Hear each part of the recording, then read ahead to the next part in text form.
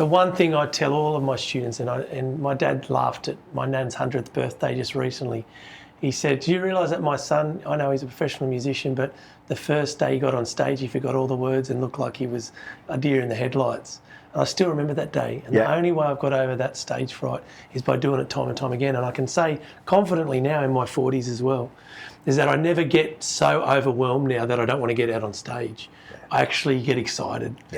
So you get to a stage, and for all those kids out there or young adults worrying about stage fright, it never goes away, but it does start to manifest into excitement rather than fear. So that fear is still there, but it's a different feeling. And you just go, let's do this. And you're with your band and you know you're rehearsed and you're tight and you practice the songs and you know you own it.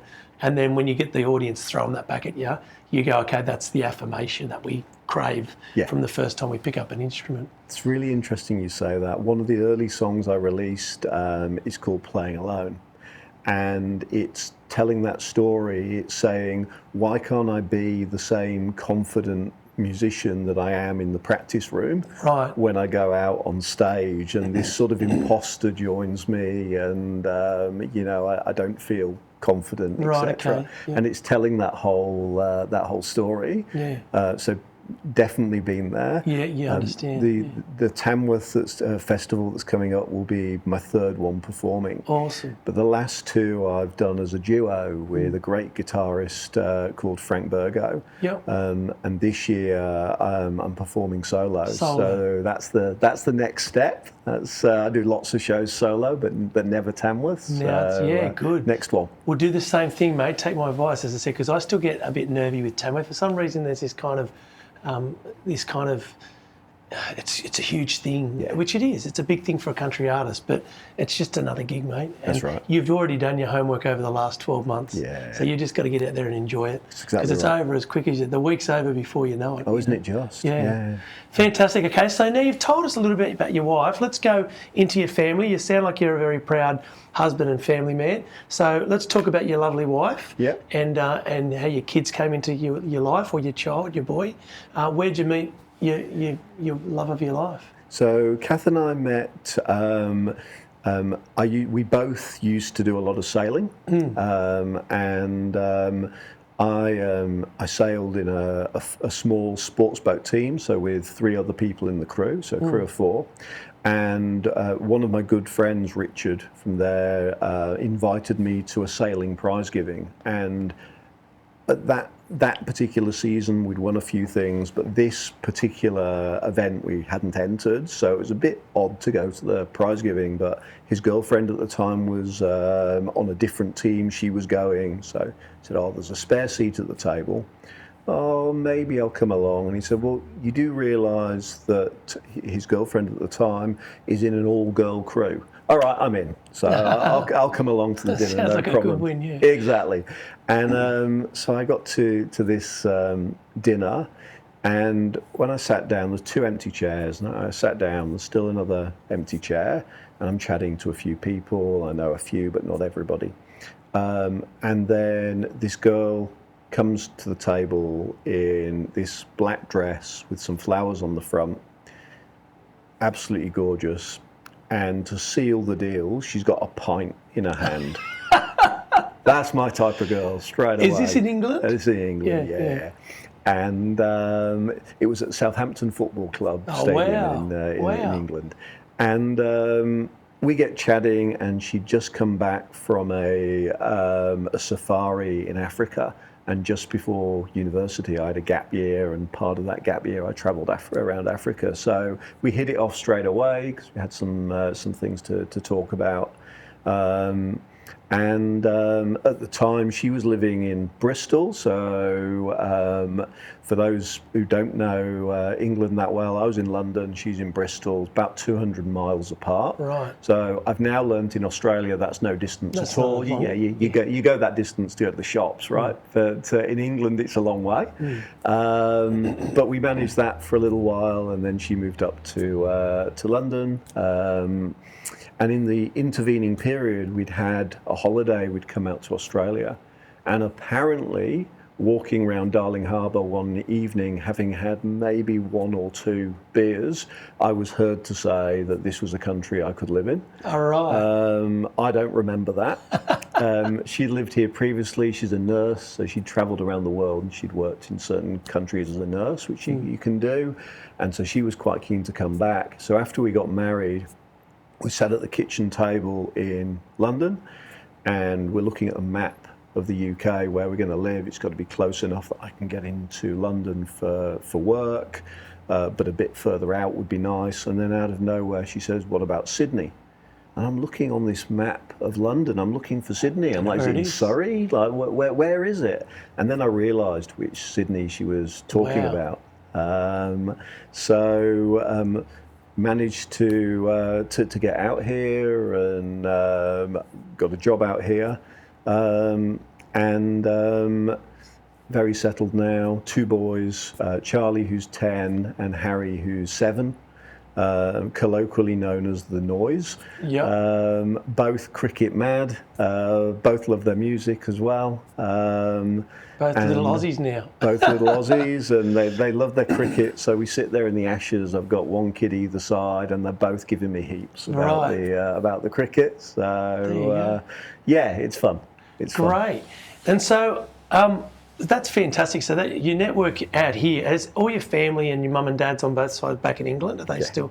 Okay, so that's a big thing. You guys are adventurous straight away. Like, that's a massive thing to leave your whole family network. Yeah. Go into another country, which is still, I mean, it's a similar culture, but it's still, there's a lot of differences about our culture in England and the English in particular. Like, we're similar, but we've got a lot of differences the way we live our lives, I think. That's exactly right. That's exactly right. Look, the country as a whole has just been so welcoming, and we felt at home straight away. Technology's made a massive difference. A sailing friend of mine in the UK lived out in Australia back in the 80s, and he said, "Oh, you feel so far away and phone calls are expensive," and that's eventually why he moved back to the UK. From day one out here, you could have Zoom or whatever it was called at the time on the screen, and my kids, when they first met my parents, they didn't see it as new different people because they'd been seeing them every week forming a relationship. Zoom or FaceTime. I did joke with my mum and dad that that probably meant that my son also thought Donald Duck was as real as my dad. But in some ways they're quite similar. But yeah, so the technology's made a big difference. It did feel a little bit lonely when the kids first came along, and you've literally got no help at all. That's right. There's nothing, and there's still no going to the grandparents. But that's right. We've got great godparents. We've got some great friends,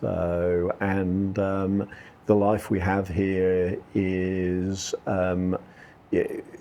really special and quite different to the life we could have in the UK. So it's the right place for us to be. Excellent.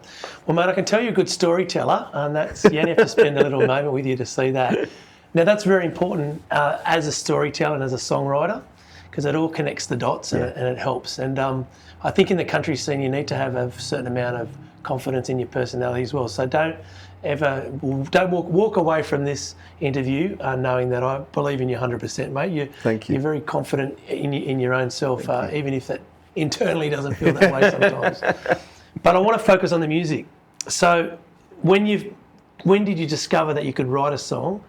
How did that come? And now you've got, is it 12 singles? About that, yeah. 12 singles. So let's go back to that first single and that first song that you penned and you produced with a producer, and how that happened. And when did that happen? What year? Yeah, sure. So I wrote a few songs when, as I say, about a year into playing guitar, and yeah, you play them to a few people who you trust, and then you go, are they really telling me the truth? So you play them to a few more people, and those first few songs, I'm not sure I would ever play in front of people now, but it gave me enough confidence that I was maybe on to something. when I left the bank, before I did started my degree, still half finished, but before I started the degree, I did a TAFE course in music, and part of that course was songwriting. And that's where I started to understand, some of the not the rules. There's no rules, but the different tools and where I was probably going the right way, where maybe there were some things to explore. Yeah. I also got into open mics, and there's a great open mic. There's a brewery in Glebe called Staves. Yeah. Incredibly supportive of musicians. And I went there with some of those songs that I now wouldn't play in public. And I got talking to other folk there. And one of the guys there took one of my songs. And originally we had the idea of playing a song together at the open mic. And I sent him some words. And he said, "Oh, if you've got time, come over to mine." So I went over to his, and he sort of gently took my song and said, "The words are great, but harmonically we probably need to do some things." And he spent a couple of hours with me helping to turning this song, which ended up being the second song I released, Castles, turning that into something that really worked. And that experience then, plus TAFE, gave me some confidence. I found out at TAFE that my songwriting teacher didn't like country music at all. Right. And particularly for some reason had a dislike of John Williamson. Right. So those two things together, the belligerent bit of me said, okay, let's see for my assignment for this course, see if I can write a country song in the style of John Williamson. And that ended up being a song called Smiles, and it's all about the journey from Circular Quay to Manly on the ferry, which at the time when I was leaving the bank, and I really did not want to still be working in that industry, and I'd get on the ferry and feel really weighed down. And what I started to realise was, as you set out from Circular Quay and that up-down motion of the harbour takes over, and then you start to look out of the windows or just look out at the horizon, and you see some of the beautiful scenery that this country offers us.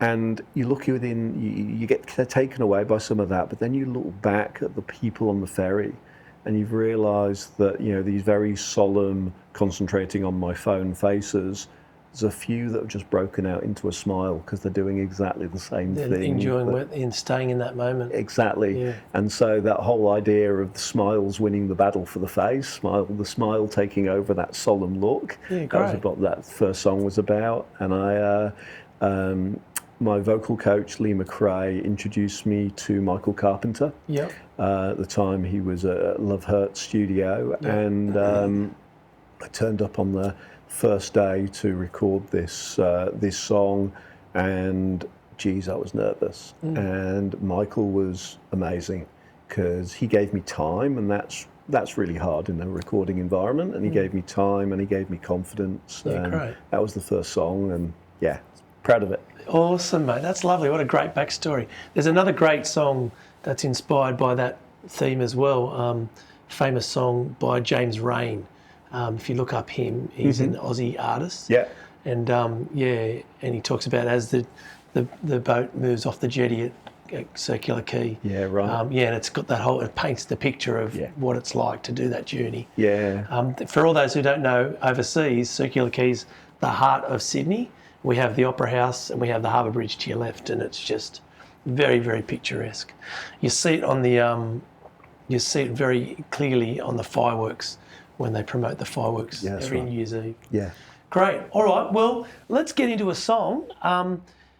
Talk about the song you're going to play, and let's play a song because we've got some music out there in the big wide world. But let's play a song. You've got your beautiful. I'll help you get your beautiful guitar, an Aussie-made guitar. Thank you. Beautiful Cole Clark. So, what song are you going to play for us, Ben? And what's the story behind this? So this is actually a little bit of an exclusive. So Cool. Exciting. This song isn't released yet. Yep. It will be part of the album that we put out next year. This year or next year? This year, sorry. In 2024? In 2024. Yep. The album's called A Place I Like to Go To. Yep. This song is I Won't Let Go, and there's a little bit of a backstory. You'll be surprised to hear. I have a story about everything. Yeah. So I was up at the Dag Sheep Station in Nundle, doing a songwriters retreat. I know Nundle. We've done gigs there. Yep, it's a great area. Beautiful place. Yeah. And I walked into one of the cottages to do a songwrite with Kevin Bennett, and Kevin said, "Oh, how you doing?" Big smile on his face. "How you going?" And I thought, if I'm honest, Kevin, I'm struggling a bit. This is the first time I've travelled away from home without the family since COVID. Right, there you go. And I'm a bit conflicted because I love my music and I want to be here, but also family is a big part, and I'm not with them because I'm here. Yeah. And again, still with this big smile on his face, he said, "Well, let's write a song about that." Yeah, good. So, and I think he knew that I would have to explain this rather embarrassing story to audiences every time I played it. Yeah. But, so that's what the song's about. Okay, love it. So we've got Ben Walker, and he's performing his song, not heard anywhere in the world, an exclusive. What's the song called? I Won't Let Go. I Won't Let Go. Take it away, Ben.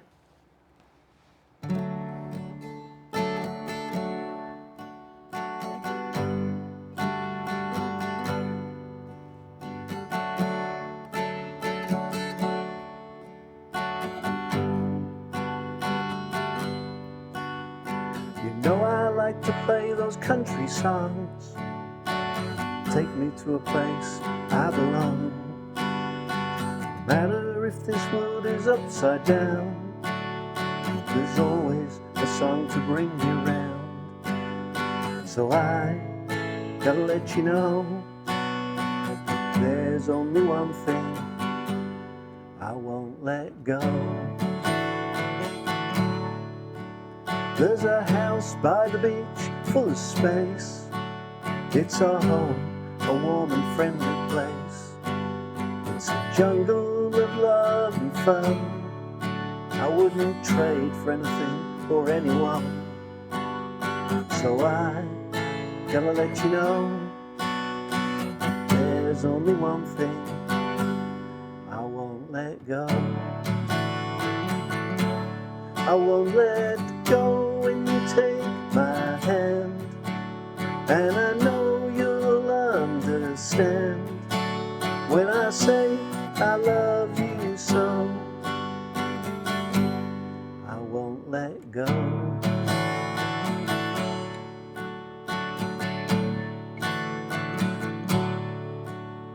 You know I like to sing those country songs, songs of heartbreak and love and rights and wrongs.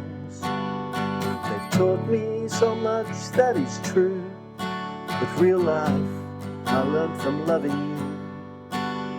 So I gotta let you know, there's only one thing I won't let go. I won't let go when you take my hand, and I know you'll understand when I say I love you so. I won't let go. Anyway, I think you know, I won't let go.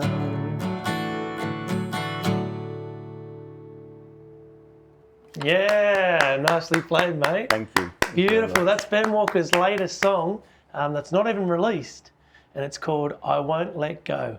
That's beautiful, mate. That was co-written with Kevin Bennett. Kevin Bennett, yeah. Yeah, from The Flood, yeah? That's right. Yeah, what an amazing artist he is. And for all those looking out to see Kevin Bennett as well, just Google Kevin Bennett in a band called The Flood. I've met him a few times, and he's a really warm, gentle soul, isn't he? Lovely awesome. man. Yeah. Just But that's a awesome. co-write, so that you've heard it here first with Ben Walker. his song that'll be released this year, I'm guessing. Yeah, that's right. Are you going to produce that up or leave it acoustic like that? No, it's produced up. So the album's just about finished now. Oh, great. And most of the album we did with, well, firstly, I'm so fortunate. I got to record the album at the Sing Sing Studios in Melbourne. Yep. And we did most of the album with live bass, live drums. Great. So it's pretty chilled out, this one, but yeah, it's been produced, and Great, so almost there. yeah. And when will it be released? When will there be the release date? Have you got an album launch booked or? Not yet. So we'll put out some of the songs from the album as singles over the course of the start of the year, and then the whole album probably around July, August time. Hoping to do an album launch, but we had a show in Tamworth as part of the festival.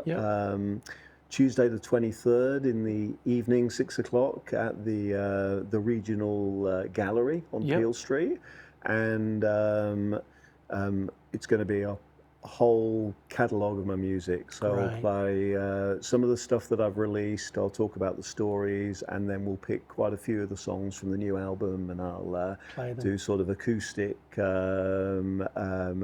first listens, if you like, of those songs. And will that be, is that a theatre or is it a cafe or is it like what's the room? So it's the Regional Art Gallery. Regional Art Gallery, beautiful. Yeah. So they turn one of the rooms there into a bit of a performance space. Yeah. What a great place to do a show. Exactly. And that's Tuesday the 23rd. 6 o'clock. Tickets available online. Yep. And I'm supported there by Beth Lucas. Awesome. Who's a graduate from the Country Music Academy. Fantastic. And so she'll be playing some alt country to start us off, and then I'll do about an hour and a half of country folk, and lovely. As your listeners will have heard on this show, I can't resist a story or two. Oh, that's great.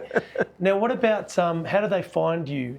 Can everyone just go through benwalker.com.au? Is that how we find you online? Ben Walker Music on most of the socials. Instagram, Facebook. Yeah, and my website is benwalkermusic.org. benwalkermusic.org. So, guys, you've heard it here first. We've put Ben Walker on a spotlight event on Woody on the Couch with Woody today for this episode.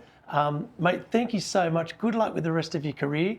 I look forward to seeing you as you start to progress and evolve as an artist. And we'll get you back again maybe next year and see all these golden guitars you've won. Thank you so much for this opportunity, and thank you for the show.